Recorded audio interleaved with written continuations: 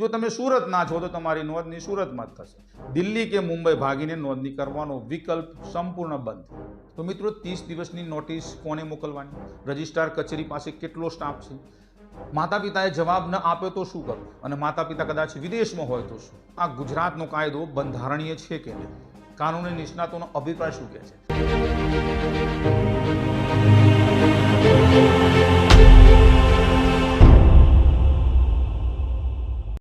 નમસ્કાર મિત્રો, તમારું સ્વાગત છે ધ ટ્રેન્ડિંગ ટોકના ગુજરાતી પ્લેલિસ્ટ ટ્રેન્ડિંગ ગુજરાત. મિત્રો, એક પિતાની આંખોમાં આંસુ છે, માતાનું હૃદય ધ્રુજી રહ્યું છે અને પૂરો પરિવાર રડી રહ્યો છે. તેમની દીકરી ગઈકાલ સુધી ઘરની રાણી હતી, પાપા કી પરી થી, અને આજે એક અજાણ્યા શહેરમાં એક અજાણ્યા માણસ સાથે નવું જીવન જીવી રહી છે. કોઈ વિદાયના આશીર્વાદ નહીં, કોઈ લગ્નની રસમો નહીં, ફક્ત એક વોટ્સઅપ મેસેજ: માફ કરજો, હું ખુશ છું. શું આ પ્રેમ છે કે પછી આ કોઈ ચાલાકી? શું આ સ્વતંત્રતા છે કે પછી માતા પિતા સાથેનો વિશ્વાસઘાત? આજે ગુજરાત સરકાર એક નવો કાયદો લાવી રહી છે, એક એવો કાયદો જે આખા રાજ્યમાં ચર્ચાનો વિષય બની રહ્યો છે. કેટલાક કહે છે કે આ માતા પિતાના હકોનું રક્ષણ છે અને કેટલાક કહે છે કે આ યુવાનોની સ્વતંત્રતા પર હુમલો છે. પણ સચ્ચાઈ શું છે? આ કાયદો ખરેખર શા માટે જરૂરી બન્યો છે? જૂના કાયદામાં શું ખામીઓ હતી જેથી લાખો પરિવારો તૂટતા હતા? અને આ નવો કાયદો ખરેખર શું બદલી નાખશે? તો મિત્રો, આજે આપણે આ કાયદાનું સંપૂર્ણ રાજકીય, સામાજિક અને કાનૂની વિશ્લેષણ કરીશું. કોઈ પણ પક્ષપાત વિના, કોઈ પણ રાજકીય રંગ વિના, ફક્ત તથ્યો અને ફક્ત સત્ય સાથે. તો ચાલો સમજીએ ગુજરાતના આ ઐતિહાસિક લગ્ન કાયદાને. સૌથી પ્રથમ મિત્રો, કે જૂના કાયદામાં પ્રોબ્લેમ શું હતી? ભારતમાં લગ્નની નોંધણી મુખ્ય બે કાયદા હેઠળ થાય છે: હિન્દુ મેરેજ એક્ટ 1955 અને special marriage act 1954. Special marriage act એ જ કાયદો છે જેનો ઉપયોગ મોટાભાગે પ્રેમી યુગલો કરે છે, ખાસ કરીને જ્યારે તેઓ અલગ ધર્મ, જાતિ કે સમુદાયના હોય અને જ્યારે માતા પિતાને છુપેથી લગ્ન કરતા હોય. હવે સમજો કે જૂની વ્યવસ્થામાં શું થતું હતું. કોઈ પણ યુવક યુવતી, ભલે તેઓ ગમે તે રાજ્યના હોય, ભારતના કોઈ પણ શહેરમાં જઈને પોતાની લગ્નની નોંધણી કરાવી શકતા હતા. કોઈ માતા પિતાની જાણ વિના, પરમિશન વિના, કોઈ સૂચના વિના કરી શકતા હતા. રજિસ્ટ્રાર કચેરીમાં જઈને એક ફોર્મ ભરો, 30 દિવસ રાહ જુઓ અને લગ્નનું પ્રમાણપત્ર તમારા હાથમાં આવી જાય. પણ મિત્રો, સાંભળો એક સાચી ઘટના. અમદાવાદની એક 19 વર્ષની યુવતી, સારા ઘરની, શિક્ષિત પરિવારની, એક દિવસ અચાનક ઘર છોડીને ચાલી ગઈ. માતા પિતાએ ધાર્યું કે કોલેજ ગઈ હશે, પણ સાંજે ફોન આવ્યો કે પપ્પા, મેં લગ્ન કરી દીધા છે, મારી મરજી મુજબ, મારી પસંદગીના પાત્ર સાથે. માતા પિતા હતાશ, પરિવાર રડવા લાગ્યો, સગા સંબંધીઓ આવ્યા, તેમને પોલીસમાં જાણ કરવી પડી. પણ પોલીસે કહ્યું કે તે બાલિક છે, તેની મરજી છે, આપણે કંઈ કરી શકીએ તેમ નથી. 3 મહિના વીત્યા, તે જ યુવતી ફરી ઘરે આવી, રડતી, તૂટેલી અને હારેલી. તેને જેની સાથે લગ્ન કર્યું હતું તે પહેલેથી જ પરણિત હતો, 2 બાળકોનો બાપ હતો. તેને ફક્ત તેની મિલકત માટે ફસાવણી કરી હતી. મિત્રો, આવા કિસ્સા હજારો છે. કેટલીક યુવતીઓ સેક્સ ટ્રાફિકિંગનો શિકાર બની, કેટલાકે ધર્માંતરણની ફસાવણીમાં ફસાણી અને કેટલાક માતા પિતાએ આઘાતથી પ્રાણ છોડ્યા, પોતાનું એડ્રેસ છોડ્યું અને ગુમનામ જિંદગી જીવે છે. પણ જૂનો કાયદો મૌન હતો. ક્યાંય એવી જોગવાઈ નહોતી કે માતા પિતાને જાણ થાય. ક્યાંય એવી તપાસ નહોતી કે યુવક યુવતીને ચેતવણી આપવામાં આવે કે આ નિર્ણય તેમના જીવનનો સૌથી મહત્વનો નિર્ણય છે. સ્પેશિયલ મેરેજ એક્ટની કલમ 5 અને 6 હેઠળ 30 દિવસની નોટિસ જરૂર આપવામાં આવતી હતી. પણ આ નોટિસ સાર્વજનિક નોટિસ બોર્ડ પર લાગે છે. કોણ જાય ત્યાં જોવા? માતા પિતાને કેવી રીતના ખબર પડે? અને સૌથી મોટી સમસ્યા હતી, કોઈ પણ રાજ્યમાં નોંધણી. અમદાવાદની છોકરી દિલ્હીમાં કરાવી શકે, સુરતની છોકરી મુંબઈમાં નોંધણી કરાવી શકે, અને માતા પિતાને ખબર પણ ન પડે. આથી જ પાટીદાર સમાજ, લેવા પટેલ સમાજ અને અન્ય સંગઠનોએ સરકાર સમક્ષ રજૂઆતો કરીને શરૂ કરી. વિશ્વ ઉમિયા ફાઉન્ડેશન વર્ષોથી આ માટે લડાઈ લડી રહ્યું હતું. લોકોનો પ્રશ્ન સ્પષ્ટ હતો કે આપણે પ્રેમ લગ્નનો વિરોધ નથી કરતા, પણ માતા પિતાને અંધારામાં શા માટે રાખવા? જો ખરેખર પ્રેમ છે તો માતા પિતાને કહેવામાં અડચણ શું છે? અને આ પ્રશ્નોના જવાબ શોધતા શોધતા ગુજરાત સરકાર આ નવા કાયદા સુધી પહોંચી. હજુ એમનું ડ્રાફ્ટિંગ રેડી છે, કેબિનેટમાં પસાર થશે. મિત્રો, એના પહેલાં આપણે અમદાવાદના એસપીજી પ્રમુખ યશ પાટીદારની બાઇટ સાંભળી લઈએ અને વિગતે પછી ચર્ચા કરીએ.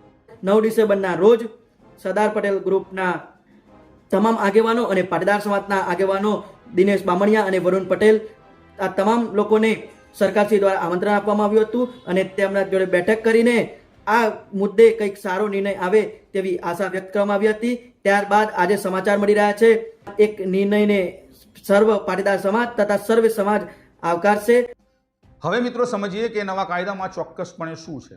ગુજરાત સરકારે લગ્ન નોંધણી અધિનિયમમાં ઐતિહાસિક સુધારા કરવાનો નિર્ણય લીધો છે. આ નિર્ણય કેબિનેટ બેઠકમાં મંજૂરી માટે મૂકવામાં આવ્યો છે અને ટૂંક સમયમાં પાસ પણ થશે. પણ મિત્રો ફેરફાર શું છે? તો મુખ્ય ફેરફારની વાત કરીએ મિત્રો તો માતા પિતાને ફરજિયાત નોટિસ.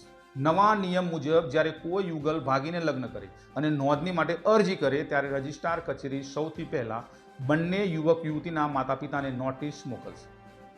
આ કોઈ સાર્વજનિક નોટિસ નહીં હોય, સાર્વજનિક સૂચના પણ નહીં હોય. આ સીધી નોટિસ તમારા ઘરે એટલે કે યુવક યુવતીના મા બાપના ઘરે પહોંચશે, તમારા એડ્રેસ પર.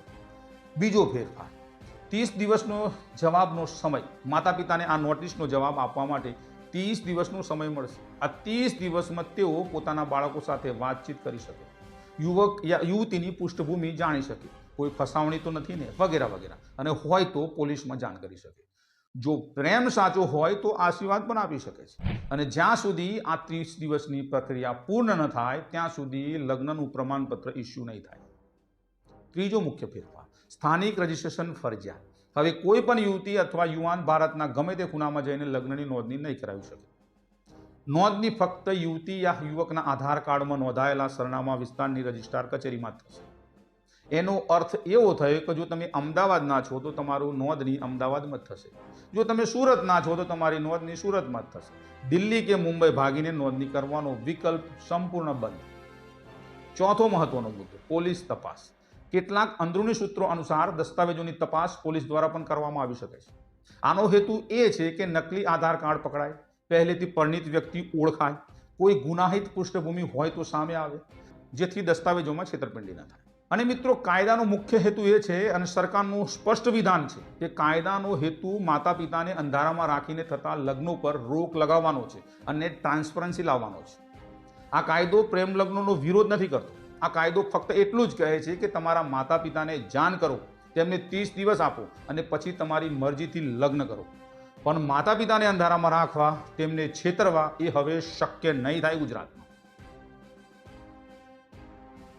હવે આવીએ આ કાયદાના રાજકીય અને સામાજિક પાસાઓ પર. સમાજોની માગણી અને સરકારનો પ્રતિભાવ. પાટીદાર સમાજના અગ્રણીઓએ સરકારને રજૂઆત કરી હતી. લેઉવા પટેલ સમાજે મેમોરેન્ડમ આપ્યું હતું અને વિશ્વ ઉમિયા ફાઉન્ડેશન વર્ષોથી આ લડાઈ લડી રહી હતી. અને બીજા અન્ય સમાજો પણ સાથે જોડાઈને લડાઈ લડી રહ્યા હતા. પણ મિત્રો, શા માટે ખાસ સમાજો? મિત્રો, કારણ સમજો. છેલ્લા 10 વર્ષમાં ગુજરાતમાં પ્રેમ લગ્નના જે કિસ્સાઓ સામે આવ્યા છે તેમાં મોટાભાગે સંપન્ન પરિવારોની દીકરીઓને લક્ષ્યાંક બનાવવામાં આવતી હતી. શા માટે?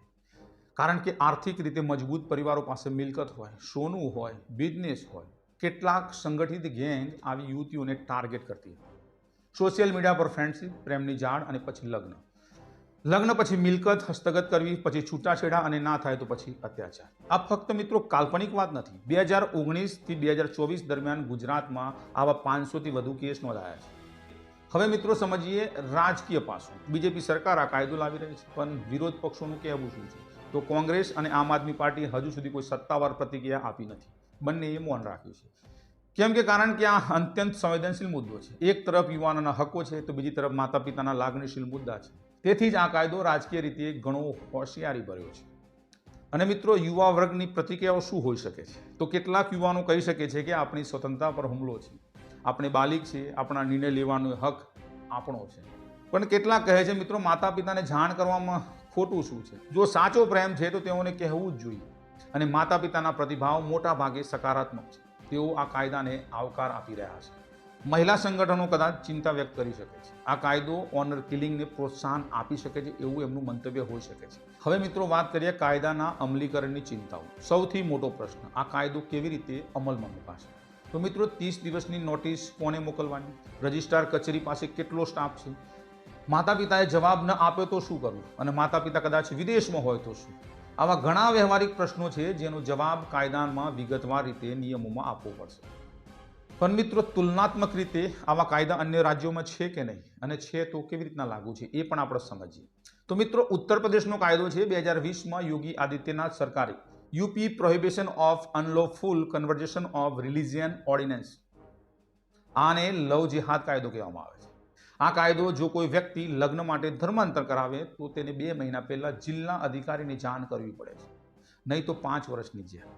ગુજરાતનો કાયદો આ કાયદા કરતાં નરમ છે. અહીં ધર્માંતરણની જરૂર નથી, ફક્ત માતા પિતાને નોટિસ એટલી જ જરૂર છે. ઉત્તરાખંડ અને હરિયાણાની વાત કરીએ મિત્રો, તો ઉત્તરાખંડે પણ સમાન કાયદો બનાવ્યો છે. હરિયાણામાં પણ ચર્ચા ચાલી રહી છે, પણ ગુજરાતનો કાયદો વધુ વ્યાપક છે. અહીં ધર્માંતરણ નહીં પણ તમામ પ્રેમ લગ્ન આવરી લેવાયા છે. હવે વાત કરીએ મિત્રો, આ ગુજરાતનો કાયદો બંધારણીય છે કે નહીં. કાનૂની નિષ્ણાતોનો અભિપ્રાય શું કહે છે? તો મિત્રો, કાનૂની નિષ્ણાતો કહે છે કે આ કાયદો કોર્ટમાં પડકારાઈ શકે છે, અને જો પડકારાય તો સર્વોચ્ચ અદાલત સુધી પહોંચશે. કારણ કે બંધારણનો આર્ટિકલ 21 જીવવાનો અધિકાર અને વ્યક્તિગત સ્વતંત્રતા, આર્ટિકલ 19 સ્થળાંતરની સ્વતંત્રતા, કોઈ પણ રાજ્યમાં નોંધણીનો અધિકાર, અને આર્ટિકલ 14 સમાનતાનો અધિકાર. સરકાર દલીલ આપી શકે છે કે આ રિજનલ રેસ્ટ્રિક્શન છે. આર્ટિકલ 19/5 જાહેર હિતમાં પ્રતિબંધ મૂકી શકાય, આ માતા પિતાના અધિકારનું રક્ષણ છે.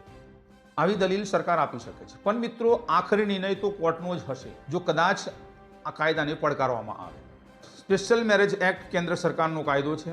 ગુજરાત સરકાર રાજ્ય કાયદો લાવી રહી છે. બંધારણની કલમ 246 મુજબ લગ્ન એ કન્સરન્ટ લિસ્ટમાં આવે છે, એટલે કે કેન્દ્ર અને રાજ્ય બંને કાયદા બનાવી શકે છે. પણ જો બે કાયદામાં સંઘર્ષ હોય તો કેન્દ્રનો કાયદો પ્રબળ રહે. આ પણ એક કાનૂની મુદ્દો છે જે કોર્ટમાં ઉઠાવી શકાય છે અન્ય સંગઠનો દ્વારા. પણ મિત્રો, હવે આપણે વાત કરીએ નિષ્કર્ષ અને ભાવિ અસર. તો આખરે આ કાયદો સારો છે કે ખરાબ? જવાબ એટલો સરળ નથી. આ કાયદાની બે બાજુઓ છે, જેમ સિક્કાની બે બાજુઓ હોય. સકારાત્મક પાસું પણ છે, નકારાત્મક પાસું પણ છે. તો પહેલી વાત કરીએ, માતા પિતાને અંધારામાં રાખવાની પ્રથા બંધ થશે. જો સાચો પ્રેમ છે તો માતા પિતાને કહેવામાં અડચણ શું છે? આ કાયદો પારદર્શિતા લાવશે, એ વાત સાચી છે. બીજું, છેતરપિંડી ઓછી થશે. જો યુવકો ફક્ત મિલકત માટે યુવતીઓને ફસાવે છે તો તેની હવે હિંમત નહીં થાય, કારણ કે માતા પિતા તપાસ કરશે. ત્રીજું, અવયસ્ક લગ્નો પર અંકુશ. દસ્તાવેજોની પોલીસ તપાસથી નકલી આધાર કાર્ડ પકડાશે. અને ચોથું, સંગઠિત ગેંગ જે સેક્સ ટ્રાફિકિંગ કે લવ જેહાદ માટે યુવતીઓને ટાર્ગેટ કરે છે તેમના પર અંકુશ આવશે. હવે મિત્રો, વાત કરીએ નકારાત્મક પાસા. આપણે વાત કરીએ છીએ તો એ પણ વિચારવું જોઈએ. પહેલું, સાચા પ્રેમીઓને મુશ્કેલી પડી શકે છે. જો કોઈ યુવતી સાચ પ્રેમ કરે છે પણ માતા પિતા કટ્ટર વિચારધારાના હોય તો શું? 30 દિવસમાં ઓનર કિલિંગનો ડર બની રહે. અને બીજું, યુવાનોની સ્વતંત્રતા પર પ્રશ્ન. બંધારણ કહે છે કે 18 વર્ષ પછી તમે બાલિગ છો, પણ આ કાયદો કહે છે કે તમે બાલિગ હોય પણ માતા પિતાની જાણ વિના કશું જ નહીં.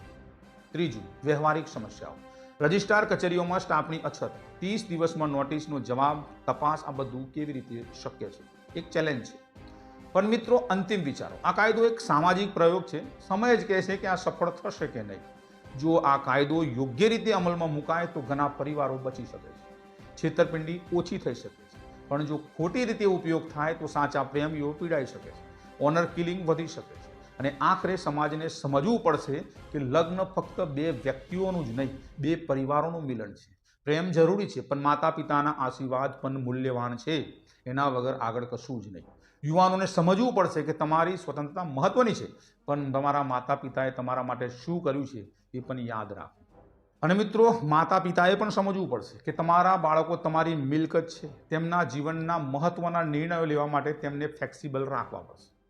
સંતુલન જરૂરી છે. કાયદો એક માધ્યમ છે અને અંતે પ્રેમ અને સમજણ અને સંવાદ જ સાચો ઉકેલ છે. ગુજરાતનો આ નવો લગ્ન કાયદો એક પગલું છે. સાચું છે કે ખોટું એ તો સમય કહેશે, પણ ચર્ચા શરૂ થઈ ગઈ છે અને ચર્ચામાંથી જ ઉકેલ નીકળશે.